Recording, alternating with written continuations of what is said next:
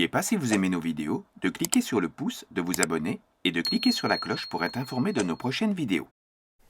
Aujourd'hui, l'office va être basé sur le psaume numéro 87 de l'archange Uriel, qui s'appelle « Participer activement à l'œuvre de la nation essénienne ». C'était, je vous l'avoue, au mois de juin. J'étais dans mon temple en train de faire mon travail, et l'oracle m'a montré ce psaume que j'ai trouvé particulièrement intéressant parce qu'en même temps, il faisait suite au dernier office que nous avions fait au mois de juin. Je vous rappelle, au mois de juin, nous avions fait un office sur qu'est-ce que sont les spiritualistes. Nous nous étions posé la question d'essayer de voir donc les différences entre les matérialistes d'une part, qu'on appelle l'école de Caïn, ensuite les spiritualistes qui sont l'école d'Abel, et les Esséniens qui sont selon l'école d'Enoch. Nous avions vu donc les différences entre ces deux grandes écoles qui sont les plus connues, Caïn et Abel, et quelles sont les particularités de l'école d'Enoch. Et nous avions vu que donc les spiritualistes, bien souvent, ils ont du mal à comprendre quel est l'intérêt de l'école d'Enoch. Et quelque part dans ce psaume, je trouvais que l'enseignement de l'archange en remettait une couche pour expliquer un peu les différences avec les spiritualistes. Et je trouvais que c'était intéressant de poursuivre sur ce sujet parce que l'enseignement de l'archange Uriel, là en l'occurrence, est quelque chose de magnifique.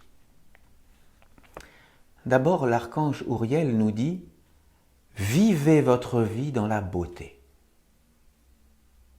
C'est son premier verset. Ça veut dire quelque chose. Ça veut dire, s'il nous demande de vivre dans la beauté, c'est qu'actuellement, nous ne vivons pas dans la beauté.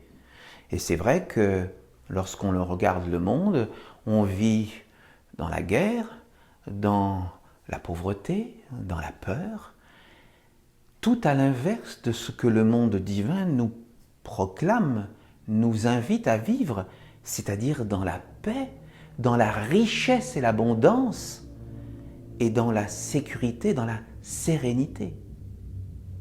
Donc, c'est vraiment un recadrage déjà. Vivez dans la beauté. Orientez votre vie vers la beauté, vers la manifestation de la vie.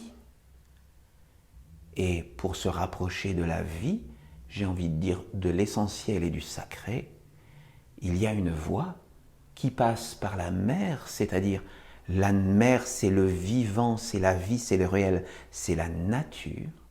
C'est par la nature, lorsque nous nous orientons déjà simplement notre regard vers la nature.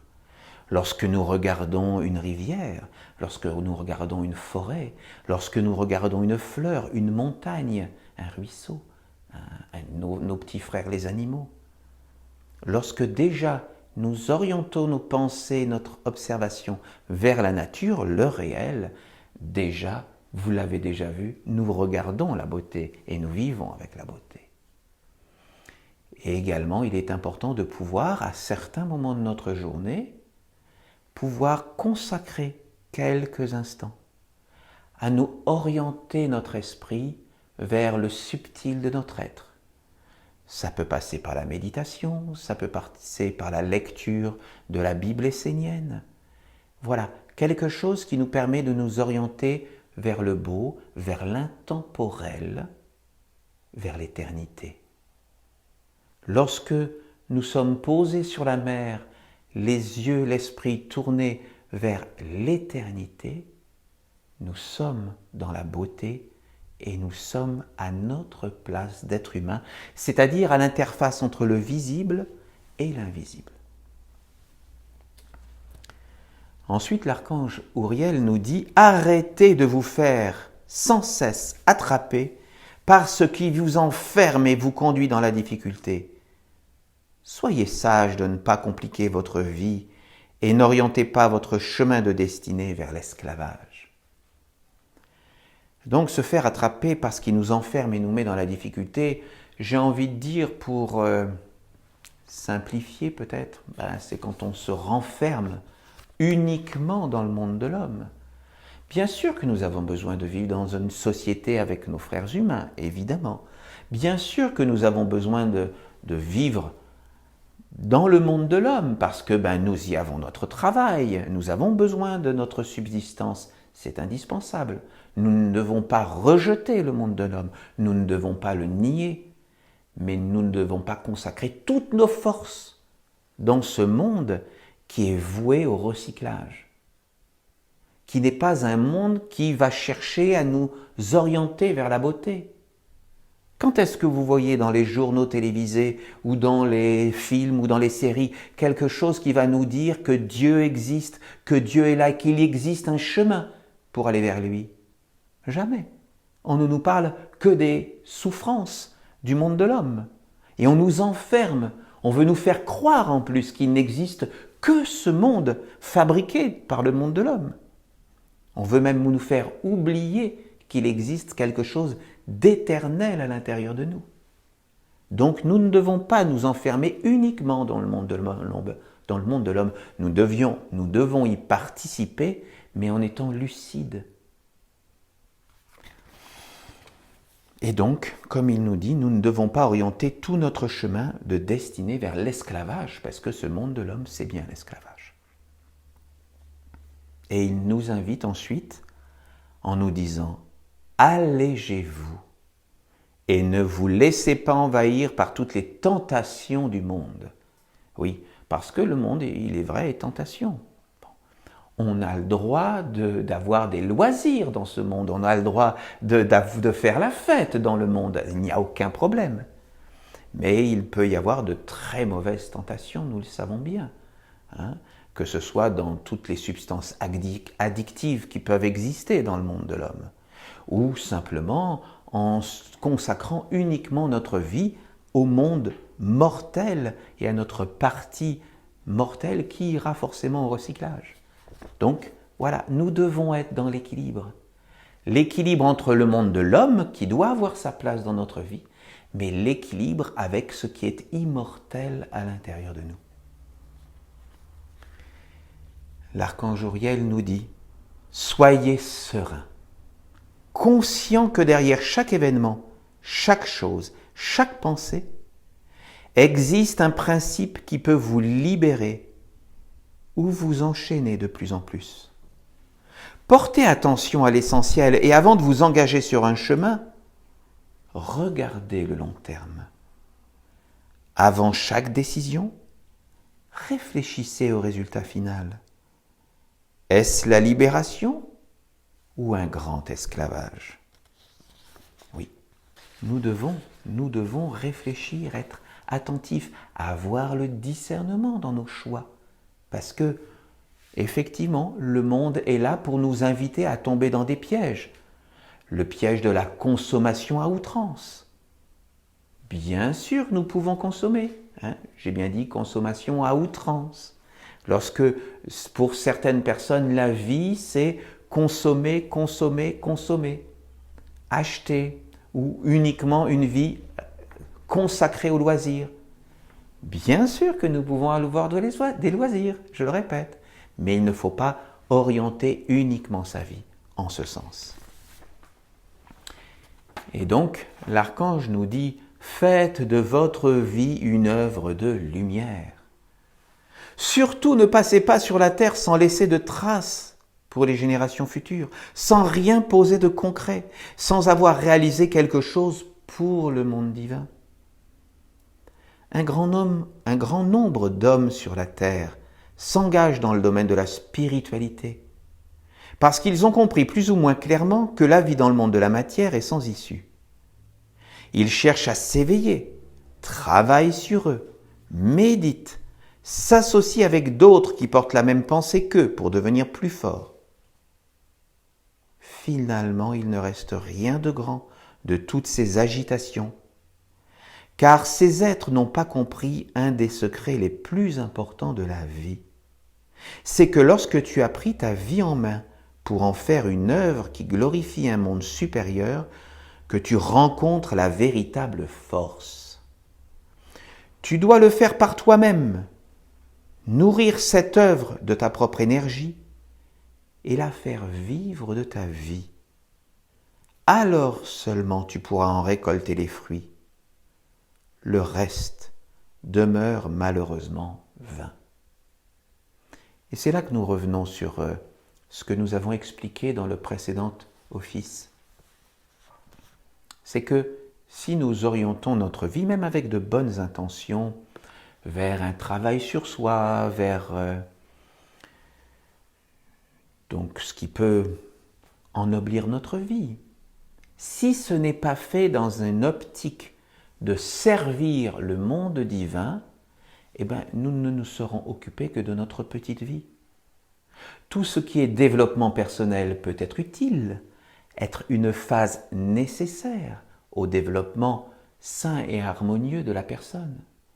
Mais uniquement consacrer ses efforts à soi, ce n'est pas travailler pour l'éternité, ce n'est pas travailler pour le monde divin.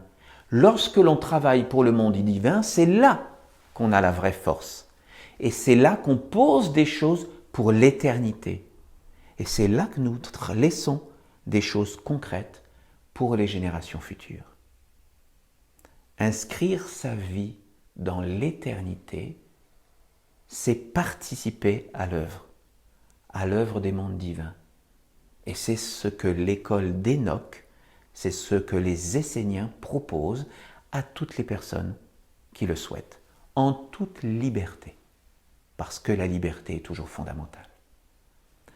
S'engager intérieurement pour vouloir servir le monde divin, c'est toujours quelque chose qui est personnel, qui nous vient de l'intérieur et qui nous relie à ce qui est éternel et sacré à l'intérieur de nous. On peut participer donc en cela avec une église, parce que l'église essénienne chrétienne est là pour nous accompagner, mais le cœur, c'est entre nous et Dieu que cela se passe.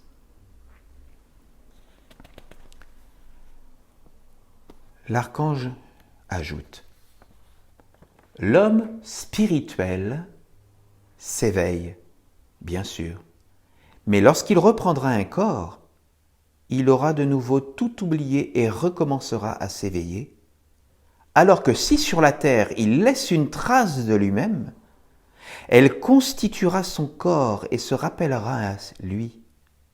Ainsi, il pourra au moins reprendre là où il s'est arrêté.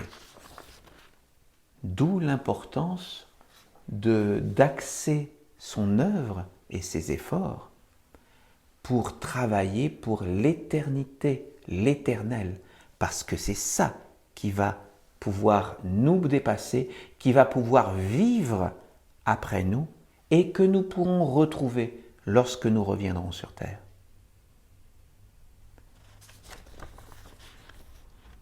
L'archange Uriel nous dit: fais quelque chose de ta vie dans l'art et la beauté, dans la grandeur et la noblesse.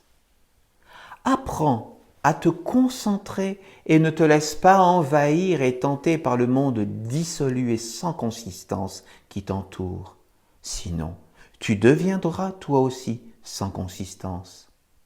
Ne te laisse pas séduire par ce qui est vain, même dans le domaine de la spiritualité et du bien du monde des hommes. Ce que tu accumules sur la terre, tu le perdras. Bien souvent, les hommes ont du mal à comprendre cette parole qui pourtant contient une grande sagesse. Oui. Ce que nous accumulons sur la terre, nous le perdrons d'abord en premier notre corps.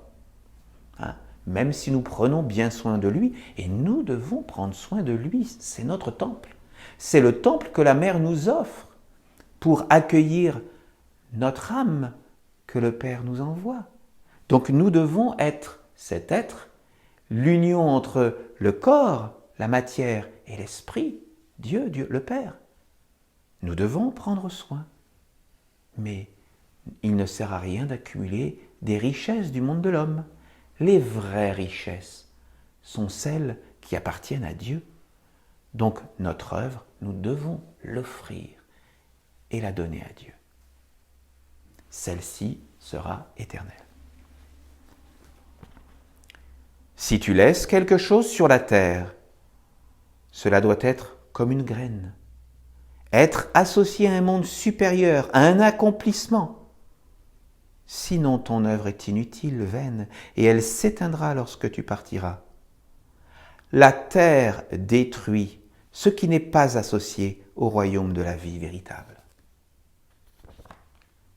La vie véritable, la mer, la terre, elle le fait pousser, elle le fait grandir. Tout ce qui n'est pas associé au monde divin est voué à la pourriture et au recyclage. La pomme, quand elle est reliée à l'arbre, elle est reliée à l'être de l'arbre qui est relié à la terre et au ciel. Elle est dans la vie. Lorsqu'elle tombe sur la terre, elle est coupée du Père, elle est reliée à la mer et elle pourrit. Sauf si ses graines prennent ensuite germination. Mais sinon, voilà, tout ce qui tombe en terre, si ce n'est pas dédié au Père, cela pourrit.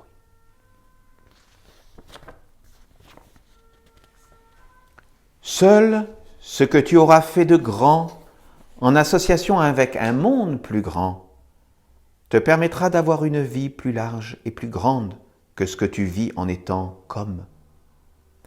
Fais de ta vie une grandeur pour honorer le Père. Non pas dans des abstractions stériles, mais dans des œuvres concrètes, comme un arbre majestueux portant sa semence, dans une multitude de petites graines. Ainsi tu récolteras des fruits.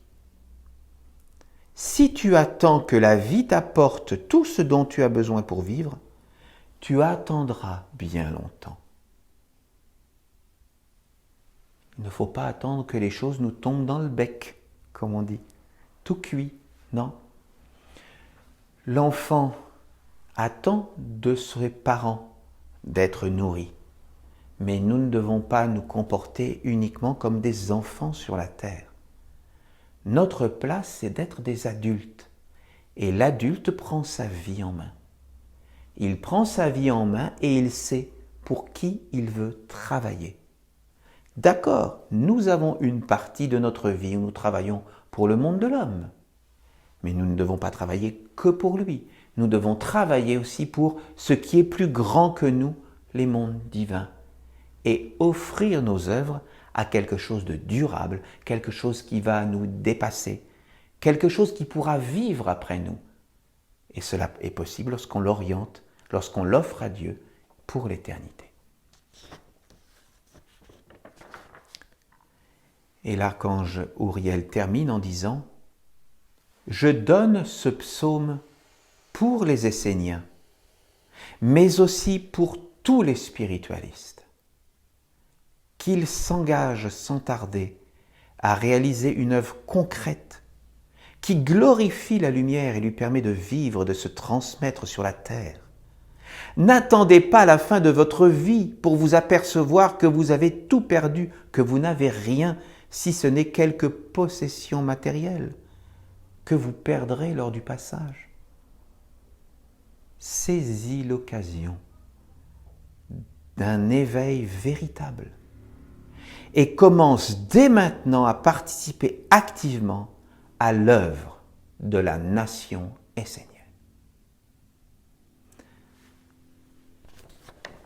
Une belle invitation que l'archange Uriel nous donne, parce que lorsque nous participons à la nation essénienne, à l'œuvre, que nous lui donnons un peu de notre temps, un peu de notre énergie, nous savons que nous participons à quelque chose de plus grand. L'œuvre, la nation essénienne, est une œuvre voulue par Dieu. Son Église s'est installée sur le terre par la volonté de Dieu. Lorsque nous y participons, nous faisons grandir et nous accompagnons la volonté de Dieu dans l'expansion de son Église. Et nous participons à une œuvre qui est éternelle, qui est divine sur la terre. Je vous remercie de votre présence d'abord, à vous qui êtes ici, mais aussi à vous qui nous écoutez. Et donc, voilà, saisissez le message de l'archange Uriel, soyez actifs dans votre vie pour servir le monde divin. Je vous invite à méditer quelques instants sur ces paroles.